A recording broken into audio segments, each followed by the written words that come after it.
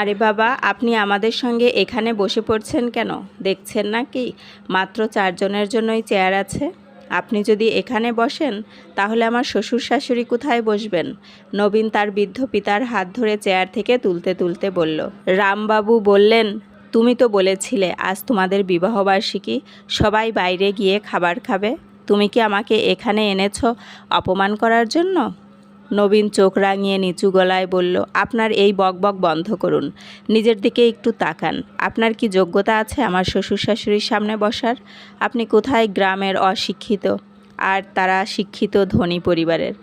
আপনি পাশে বসলে তারা ঠিকমতো খেতেও পারবে না। তাদের বাড়িতে আপনার মতো চাকরও থাকে না। এখন আপনার নাতিকে ধরে রাখুন, আমরা খাওয়া শেষ করা পর্যন্ত তাকে সামলান। রামবাবু বললেন, তুমি কি আমাকে আমার নাতির দায়িত্ব নিতে এখানে নিয়ে এসেছো? নবীন কুটিল হাসি দিয়ে বলল, তুমি কি ভেবেছিলে আমি তোমাকে এখানে পার্টি দিতে এনেছি?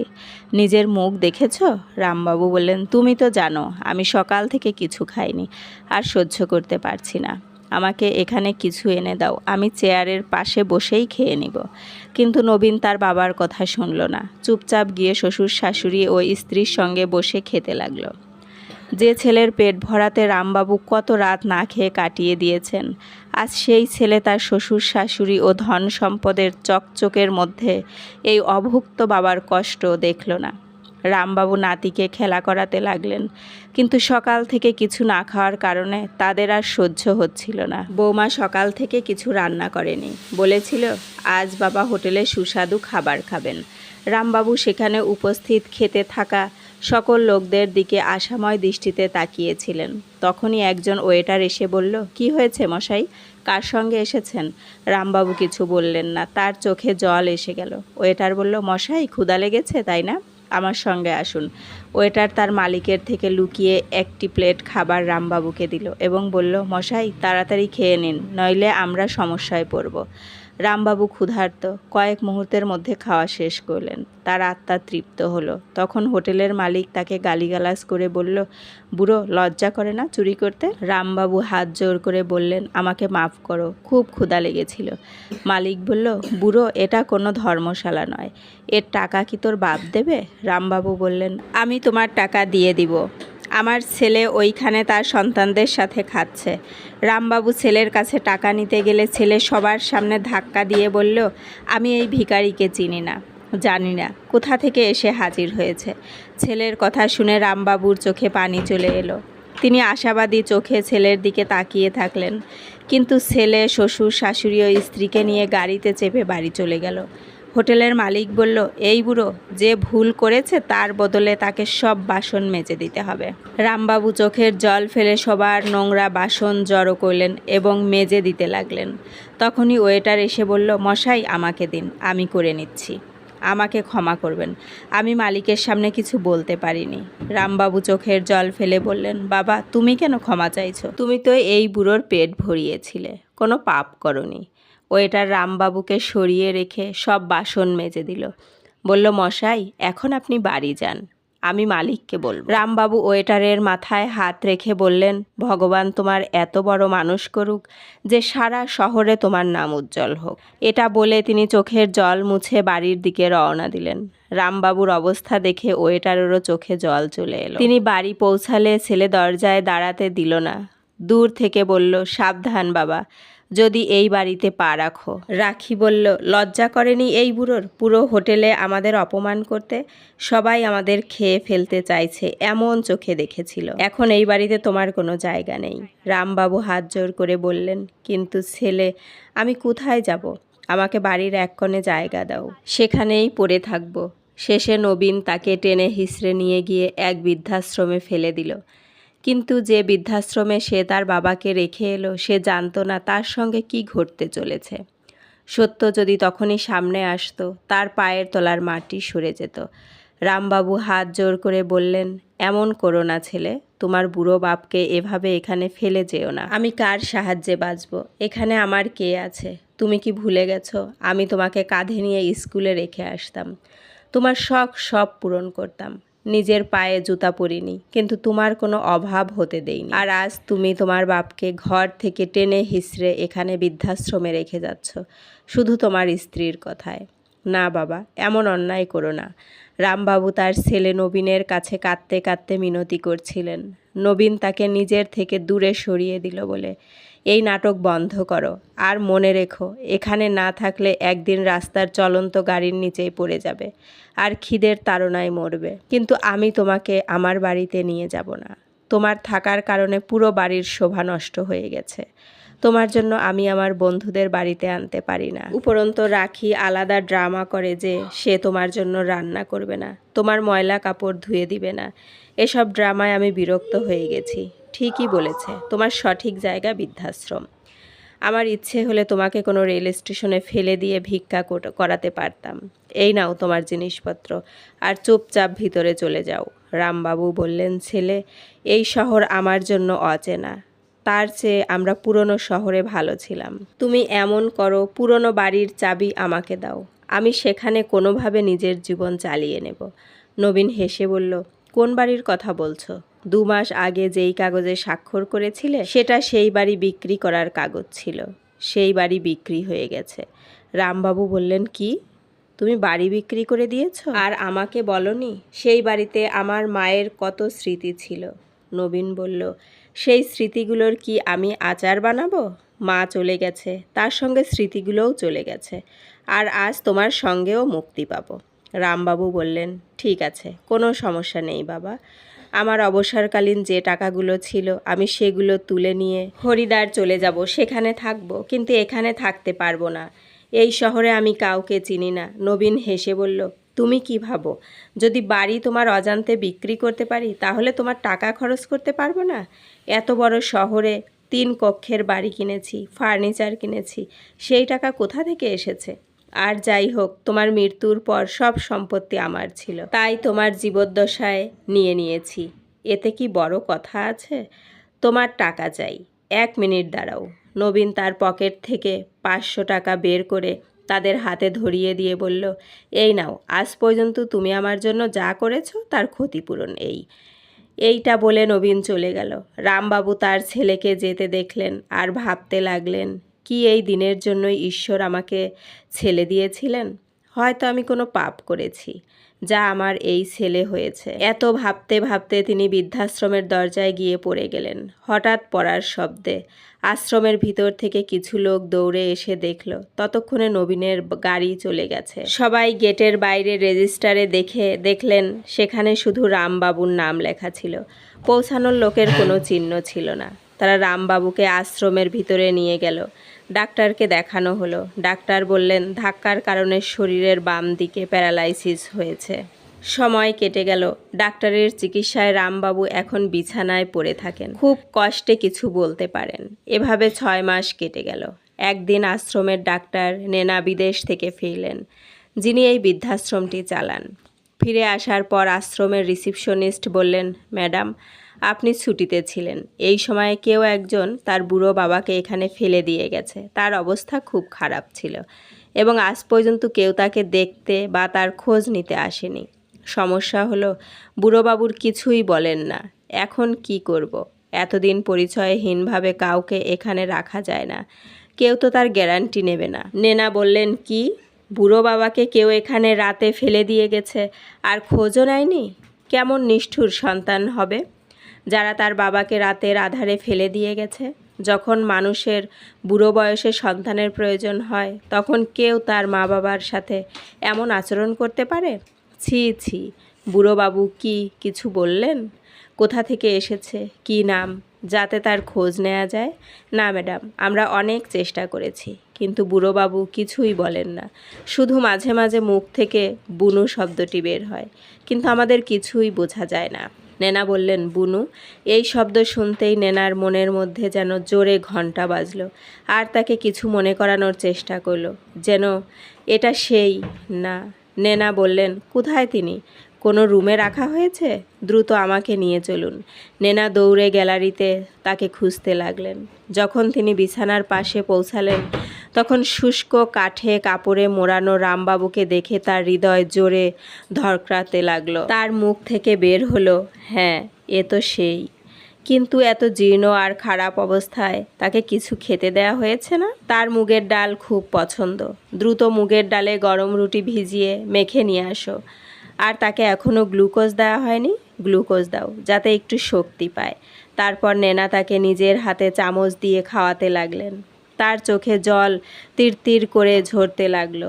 আর সেই দিনটি মনে করতে লাগলেন যখন তিনি অন্য শহরের অনাথ আশ্রমে থাকতেন এবং পাশে একটি ছোট স্কুল ছিল। পাশের বাড়িতে রামবাবু তার স্ত্রীর মৃত্যুর পর ছেলে নবীনের সঙ্গে থাকতেন। বেচারা কোনোভাবে নিজের হাতে রান্না করতেন এবং নবীনের পেট ভরাতেন, আর সেই স্কুলে পিয়নের কাজ করতেন। একদিন যখন তিনি নবীনকে নিয়ে বাড়ি ফিরছিলেন, সামনে বুড়ো মহিলার চুল বিক্রি করতে দাঁড়িয়েছিলেন। নবীন তা কিনতে জিদ করছিল, আর নেনা আশ্রমের গেটের পাশে দাঁড়িয়ে লোকাতুর চোখে বুড়ো মহিলার চুল দেখছিল। রামবাবুর তার উপর দয়া হলো। তিনি দুটি কিনলেন, একটি নবীনকে দিলেন আর একটি নেনাকে ধরে বললেন, নাও বোন, তুমিও খাও। নবীন বলল, বাবা, আপনি আমার বাবা, এটা কেন তাকে দিচ্ছেন? রামবাবু বললেন, বাবু, যেমন তোমাকে ভগবান সৃষ্টি করেছে তেমনই তাকে সৃষ্টি করেছে। ভগবান আমাকে তোমার যত্ন নেওয়ার জন্য পৃথিবীতে পাঠিয়েছেন, কিন্তু এই মেয়েটির জন্য হয়তো কেউ এগিয়ে আসেনি। ধীরে ধীরে নেনা আর রামবাবুর একটি সম্পর্ক গড়ে উঠল। আর তাদের সম্পর্ক নবীন পছন্দ করত না। তিনি নেনাকে একদম পছন্দ করতেন না। রামবাবু আশ্রমের লোকজনকে বলে মাঝে মাঝে নেনাকে বাড়িতে নিয়ে আসতেন আর নিজের হাতে রুটি বানিয়ে খাওয়াতেন। একদিন রামবাবু বললেন, জানো নেনা, আমার বাবু নবীন পড়াশোনা করে ইঞ্জিনিয়ার হবে। তুমি কি হবে বোন? নেনা তুতলানো গলায় বলল, বাবা, আমি ডাক্তার হব। সে হাসলো এবং বলল, ভালো, আমাদের বোন ডাক্তার হবে। তারপর যখন আমরা বুড়ো হয়ে যাব এবং অসুস্থ হয়ে যাব, তুমি আমাদের ওষুধ দেবে, ঠিক তো বোন? হ্যাঁ বাবা, দাঁতল হব এবং আপনাকে ওষুধ দেব। কিন্তু আমি দাঁতল কিভাবে হব? রামবাবু তার মাথায় হাত বুলিয়ে বলল, মেয়ে কঠোর পরিশ্রম করবে এবং তোমার ক্লাসে প্রথম হবে, তাহলে অবশ্যই ডাক্তার হবে। তুমি ডাক্তার হবে এবং নবীন ইঞ্জিনিয়ার হবে। তারপর তুমি আমাকে ওষুধ দেবে এবং নবীন আমাকে যত্ন নেবে। না বাবা, আপনি তাকে বেশি ভালোবাসেন, তাই সে আপনার যত্ন নেবে। নবীন রেগে গিয়ে পা পিটিয়ে বলল। রামবাবু তাকে স্নেহে বুঝাতে লাগলেন, সে তো একটা শিশু। সময় গড়াতে লাগলো। নেনা দিন দিন বুদ্ধিমান হয়ে উঠল। প্রতি বছর ক্লাসে প্রথম হয়ে এবং শিক্ষকদের প্রশংসা পেয়ে তার আত্মবিশ্বাস বেড়ে গেল এবং একদিন সে ডক্টর নির্বাচিত হলো। সে অন্য শহরে পড়াশোনার জন্য যাবে। সেই দিনে সে রামবাবুর সাথে জড়িয়ে অনেক কেঁদেছিল এবং বলেছিল, বাবা, আমি অনাথ আশ্রমে থাকলেও আপনার জন্য কখনো মনে হয়নি আমি অনাথ, কিন্তু সেখানে আমি আপনার ছাড়া কিভাবে থাকব? নবীন রেগে বলল, যেভাবে অনাথ বাচ্চারা থাকে সেভাবেই থাকবে, এবং সে তোমার বাবা নয়। রামবাবু বললেন, নবীন, তোমার মনে এত তিক্ততা কোথা থেকে এলো? যাই হোক, মেয়ে নেনা, এখানে থাকলে তুমি ডাক্তার কিভাবে হবে? অল্প সময়ের ব্যাপার। যখন তুমি ডাক্তার হবে তখন আমরা সবাই একসাথে থাকব। কান্না ভেজা চোখে নেনা বাবাকে বিদায় দিল। ডাক্তারের পড়াশোনায় এত ব্যস্ত হয়ে গেল যে সেখানে যাওয়া আসা কমে গেল। দেখতে দেখতে 4-5 বছর কেটে গেল। একদিন খবর পেল নবীন সেই বাড়ি খালি করে বাবাকে নিয়ে গ্রামে চলে গেছে। সেটা শুনে খুব কষ্ট পেল। 2 বছর পর যখন তার ডাক্তারের ডিগ্রি পেল, তখন সে বাবাকে খুব মনে করল। নেনা তাকে খুঁজতে অনেক চেষ্টা করল, কিন্তু গ্রামের ঠিকানা কেউ জানতো না, যার কারণে সে আর কখনো বাবাকে দেখতে পেল না। হঠাৎ রিসিপশনিস্টের ডাকে নেনার মনোযোগ ভাঙল। ম্যাডাম, উনি খেয়ে নিয়েছেন, এখন আপনি কেবিনে যেতে পারেন, আমি দেখছি। নেনা বলল, আজ এত বছর পর ওনাকে এই অবস্থায় দেখে সে আস্তে করে রামবাবুর কানে বলল, বাবা, বাবা, দেখুন, আপনার ইচ্ছা ছিল আমি ডাক্তার হই। দেখুন, আপনার বোন ডাক্তার হয়েছে। এখন আমি আপনাকে ওষুধ দেব, তাহলে আপনি পুরোপুরি সুস্থ হয়ে যাবেন। ধীরে ধীরে তিনি চোখ তাকালেন এবং বললেন, তুমি কে মেয়ে? মৃদু স্বরে তার মুখ থেকে বের হলো এবং চোখের জল গড়ালো। নেনা বিস্ময়ে তাদের দেখতে লাগলো এবং ভাবতে লাগলো। বাবা বলতেন, তুমি যত বড়ই হও, ভিড়ে তোমাকে চিনে নেব। আমার স্মৃতি এত প্রখর। আর আজ তিনি আমাকে নেনার চোখে জল এলো এবং সে তার মাথায় হাত বুলাচ্ছিল। অন্য নার্স এসে বলল, ম্যাডাম আপনি কাঁদছেন, আপনি তাকে চেনেন? নেনা আসতে বলল, হ্যাঁ চিনি, ওনার উপর আমার অনেক ঋণ আছে।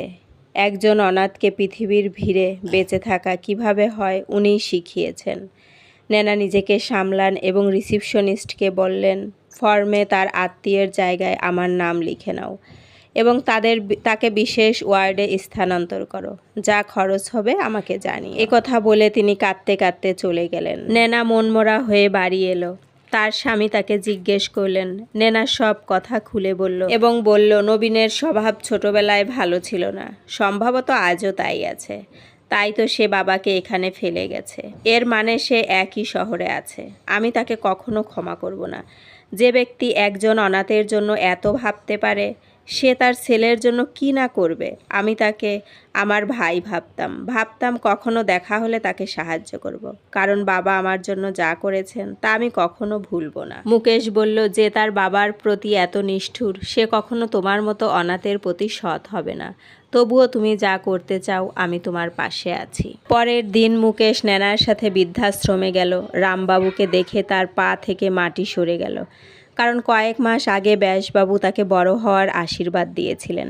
সম্ভবত এর জন্য আজ সে এই অবস্থায়, যে তার মতো অনেকের প্রতিদিন সাহায্য করতে পারে। এমনকি তার শহরে নতুন একটি হোটেলও খুলে ফেলেছে সে প্রায় রামবাবুকে মনে করত, ভেবেছিল কখনো দেখা হবে এবং কৃতজ্ঞতা প্রকাশ করব, কিন্তু জানতো না তিনি এই অবস্থায় দেখা করবেন। তার চোখে জল এলো। নেনা যখন তাকে সব সত্যি বলল, তখন তার রাগ সপ্তম আকাশে পৌঁছালো। এরপরে নেনা বাবার সাথে হাসপাতালে একটা ভিডিও বানালো এবং নবীনের জন্য একটি বার্তা পাঠালো। নবীন, হয়তো তুমি আমাকে মনে রাখোনি, আমি নেনা, যে তোমার বাড়ির পাশের অনাথ আশ্রমে বাবার বুবুনি ছিলাম। বাবার সব দায়িত্ব আমি নিতে চাই, শুধু তোমার অনুমতি চাই। যদি তুমি আমার সাথে দেখা করতে পারো তাহলে খুব ভালো লাগবে। নেনা ফাঁদ পাতল এবং নবীন সেই ফাঁদে পা দিল। একদিন নবীনের স্ত্রী রেখা বলল, শোনো তো, দেখো তো এই মেয়েটাকে, যে বাবার সাথে আছে এবং তোমার নাম করে তোমাকে খুঁজছে। নবীন প্রথমে ঘাবড়ে গেল, তারপর নেনার কথা শুনে বলল, ও তাই, এটা সত্যি ডাক্তার হয়ে গেছে? বাবুজি এই মেয়ের জন্য আমার দিকে মনোযোগই দেননি। এটা তো আমার ভাগ্য যে আমি ইঞ্জিনিয়ার হয়ে গেলাম। রেখা বলল, দেখো কত বড় ডাক্তার হয়েছে, আমাদের কত সাহায্য করতে পারবে এবং ভালো হয়েছে। বাবুজির সব খরচও বহন করছে। গিয়ে বলো যে বাবুজি যা করেছে তার ক্ষতিপূরণ দাও। নবীনও দ্রুত সেখানে পৌঁছালো। নেনা তাকে দেখে বলল, তুমি একেবারেই বদলাওনি, আজও তোমার মুখের রাগ এবং হিংসার ভাব স্পষ্ট। আমার শুধু একটাই অভিযোগ, তুমি বাবার সাথে এমন আচরণ কেন করো? রামবাবু নবীনকে দেখা মাত্রই তাদের শরীরে নড়াচড়া শুরু হলো। নেনা বলল, এতদিন ধরে তিনি মৃতদেহের মতো ছিলেন, তোমাকে দেখেই তার শরীরে প্রাণ ফিরে এলো এবং তুমি তাকে এখানে একা ফেলে চলে গেলে। কেউ কি তার বাবার সাথে এমন আচরণ করতে পারে?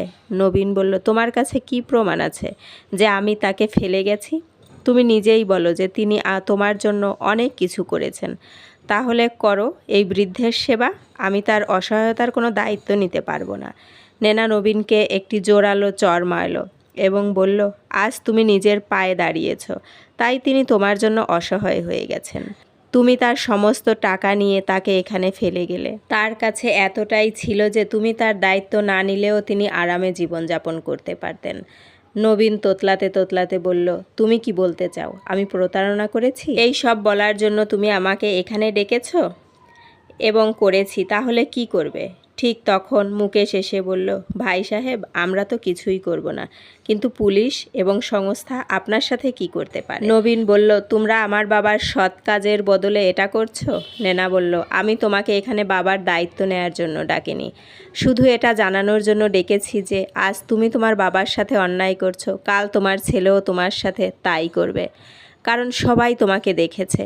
নবীন পিছনে ফিরে দেখল মিডিয়ার লোকেরা লাইভ ভিডিও দেখাচ্ছে। নবীন তাড়াতাড়ি তার মুখ ঢেকে নিল। নেনা বলল, বাচ্চারা এমন কাজ কেন করে যে তাদেরকে পৃথিবীর সামনে মুখ এবং নাম লুকাতে হয়? আরে তুমি কি জানো মা বাবা থাকা কি?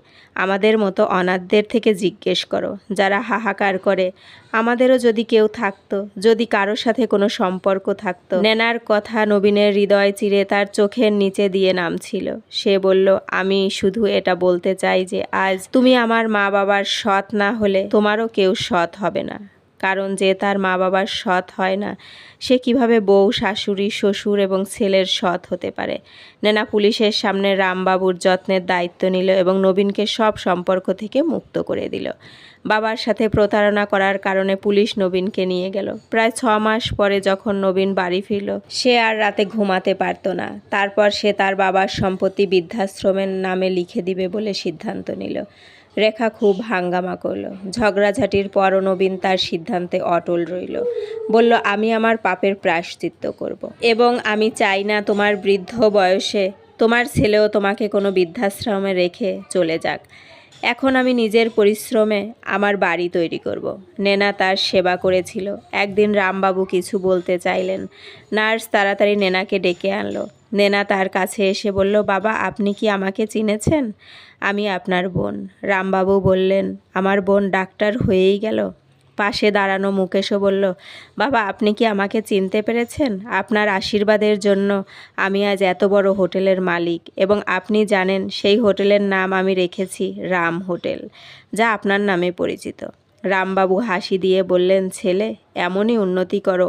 আমার আশীর্বাদ সবসময় তোমাদের সাথে আছে। বোন, আমাকে একটু জল দাও। নেনা তাকে জল খাওয়ালো এবং তার হাত তাদের বুকে রাখলো। তিনি চিরকালের জন্য চোখ বন্ধ করলেন। মানব ন্যায়ের অপেক্ষায় ছিলেন। সেদিন নেনা খুব কেঁদেছিল এবং একটাই কথা বলেছিল, আজ আমি অনাথ হয়ে গেলাম। পুরো পৃথিবীতে অনেক বাবা ছিল, কিন্তু আজ তারা চলে গেলেন এবং আমাকে অনাথ করে দিয়ে গেলেন।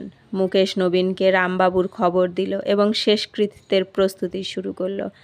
যখন মুখাগ্নি দেওয়ার পালা এলো, তখন নবীন নেনা এর দিকে এগিয়ে গিয়ে বলল, এই অধিকার নেনা তোমার। আসলেই সে বাবার মেয়ে। সেদিন নেনা এর মনে হলো সে অনাথ ছিল না। গল্পটি ভালো লাগলে একটা লাইক দিতে ভুলবেন না প্লিজ। আর নতুন কেউ দেখে থাকলে চ্যানেলটিকে সাবস্ক্রাইব করে নিতে পারেন।